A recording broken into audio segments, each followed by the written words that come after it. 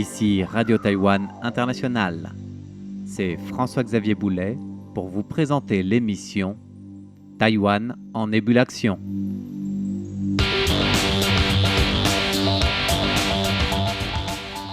Régulièrement dans cette émission, nous parlons des technologies liées à l'intelligence artificielle, de l'innovation, des avancées majeures pour une contribution sociale. Mais il faut aussi s'alarmer parfois de cette évolution lorsque l'outil est détourné de sa finalité, lorsque l'intelligence artificielle ne vient plus aider l'homme ou la société pour l'intérêt commun, mais au contraire vient aider les escroqueries numériques, vient aider la cyberattaque et la fraude en général.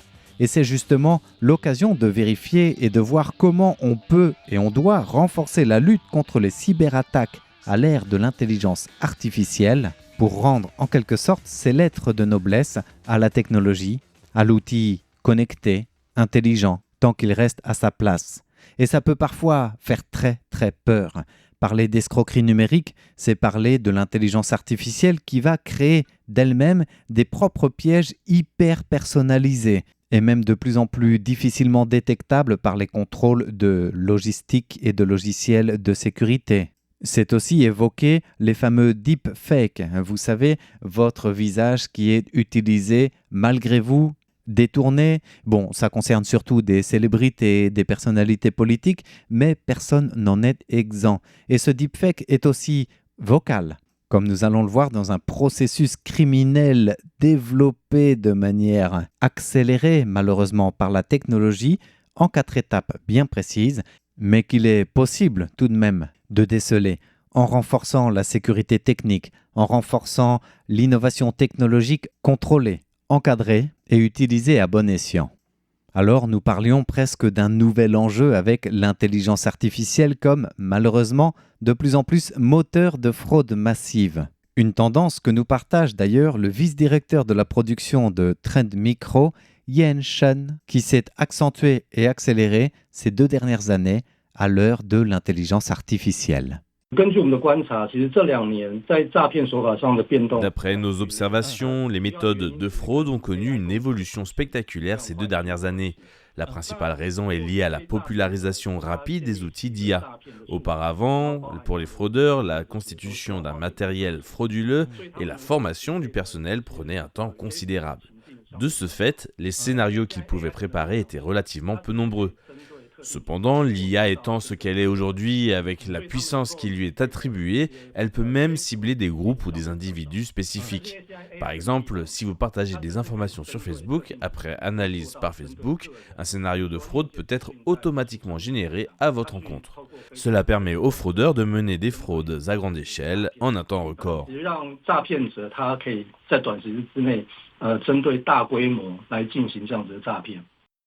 Ainsi, l'émergence rapide des outils d'intelligence artificielle générative a radicalement modifié tout le paysage de la cybercriminalité et des cyberarnaques, avec une personnalisation automatisée. Car en effet, dorénavant, les fraudeurs peuvent désormais analyser les réseaux sociaux, que ce soit Facebook, Instagram ou autres, pour générer de manière automatique des scénarios de fraude personnalisés pour chaque victime, et même sans que vous ayez publié quoi que ce soit de très personnel. Cela permet des attaques à grande échelle et surtout en très peu de temps. Si les points sensibles pour les fraudeurs restent identifiables en matière de lutte contre la fraude, l'aspect du temps et de la rapidité est aussi un point essentiel.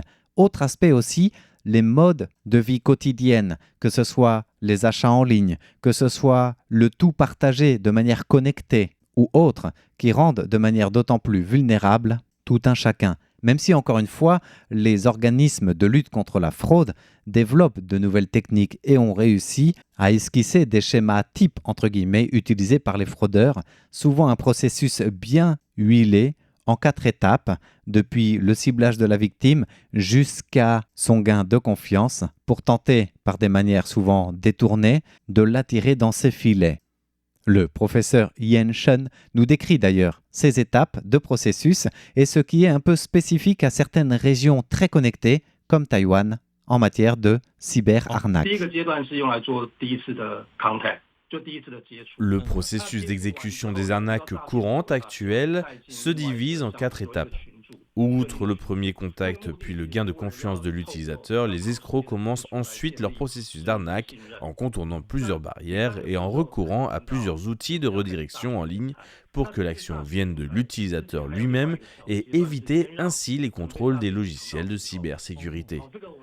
On peut donc l'imaginer un peu comme un voleur qui veut dérober quelque chose. Il sait comment se cacher des caméras de surveillance. Il sait qu'il doit changer de vêtements. Son but est en réalité d'établir un point de rupture dans le processus, que ce soit au niveau des outils ou de l'enquête ultérieure, afin de rendre le traçage relativement difficile. Outre ces aspects de personnalisation automatisée, l'émergence rapide de l'intelligence artificielle générative voit un nouveau paysage se dessiner avec le deepfake rendu accessible. Comme si l'usurpation d'identité n'avait jamais été aussi simple, même si les autorités luttent encore une fois très fermement, les barrières semblent toujours détournées. Mais la menace la plus grande concerne celle de la prochaine étape, dont les prémices apparaissent déjà depuis près d'un an.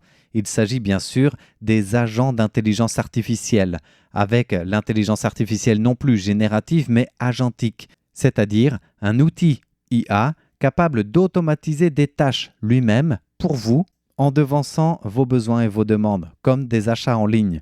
Une nouvelle aubaine pour les fraudeurs et la cyberarnaque. Ces derniers commençant à concevoir un nouveau processus pour des arnaques qui visent non plus seulement que les humains, mais aussi ce système d'intelligence artificielle agentique lui-même. Un système qui repose sur les habitudes de tout un chacun dans un monde du tout connecté.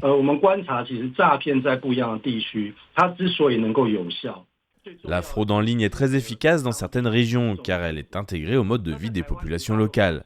À Taïwan, par exemple, tout le monde est habitué aux achats en ligne, donc c'est un mode qui expose les utilisateurs aux cyberarnaques. Et bien sûr, les fraudeurs vont exploiter cette faille. Et étant donné les avancées technologiques actuelles, toutes ces circonstances combinées rendent difficile la lutte contre ces cyberarnaques. La technologie la plus récente exploitée aussi dans ce milieu est ce que l'on appelle un agent d'IA, ou l'IA agentique. L'interaction de base avec l'IA est comparable à celle d'une boîte de dialogue classique. Mais aujourd'hui, grâce à l'émergence des agents d'IA, cet outil qui peut aider les utilisateurs à accomplir une tâche peut aussi réaliser des actions non désirées en son nom. L'IA agentique ne se contente plus de poser une question ou donner une réponse, elle devance l'utilisateur en étant proactive. Alors, détournée de sa fin, cette technologie est une nouvelle menace. Dans tout ce processus, de nombreux éléments sont en réalité évalués automatiquement par l'agent IA. Nous constatons notamment que la prochaine modalité de cyberfraude pourrait ne pas se limiter à escroquer des personnes, mais aussi l'intelligence artificielle elle-même. Le dossier de fraude au paiement par autorisation instantanée a par exemple déjà eu un impact considérable à l'échelle mondiale. Les fraudeurs se font passer pour des banques, des entreprises de logistique, voire des entreprises ou l'employeur de la victime ciblée.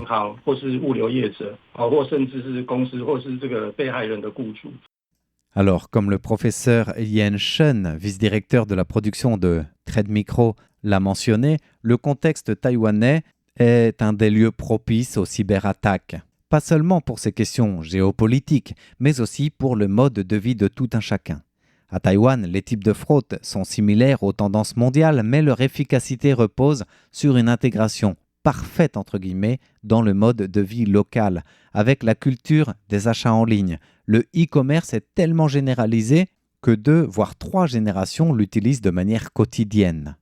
Alors les différents modes de fraude existent toujours avec le système d'alarme par texto ou par messagerie de réseaux sociaux, souvent suivi d'alertes de paiement erronées par carte bancaire. Alors il faut cliquer sur un lien pour demander le remboursement et en baissant sa vigilance quand vous en recevez 1001, il suffit d'une fois pour que la faille soit ouverte. Mais comme le partageait le professeur Yen Shen, à mesure que la technologie évolue, que les fraudeurs évoluent en exploitant les failles de cette technologie, les technologies et outils de lutte se peaufinent aussi. Avec l'émergence à Taïwan, par exemple, d'un filtrage et d'outils d'authentification multifacteurs pour plusieurs couches de protection technologique. et la mise en avant du tout nouveau système d'application de vérification comme le Dagen antifraude, qui ne suffisent certes pas à eux-mêmes à contenir les abus des fraudeurs qui surexploitent l'intelligence artificielle, mais qui permettent, par l'intelligence artificielle aussi elle-même et une vérification d'un facteur humain derrière, ce double contrôle, de ramener les utilisateurs en quelque sorte à la raison, du moins à la réflexion, avant d'être entièrement et totalement submergés par la technologie qui aide, mais qui, décidément, fallait-il le prouver ou le réitérer, ne peut et ne doit rester qu'à un niveau d'outil au service de l'humain, aussi connecté, intelligent, autonome et innovant soit-il. C'était l'émission Taïwan en ébullition présentée par François-Xavier Boulet pour RTI.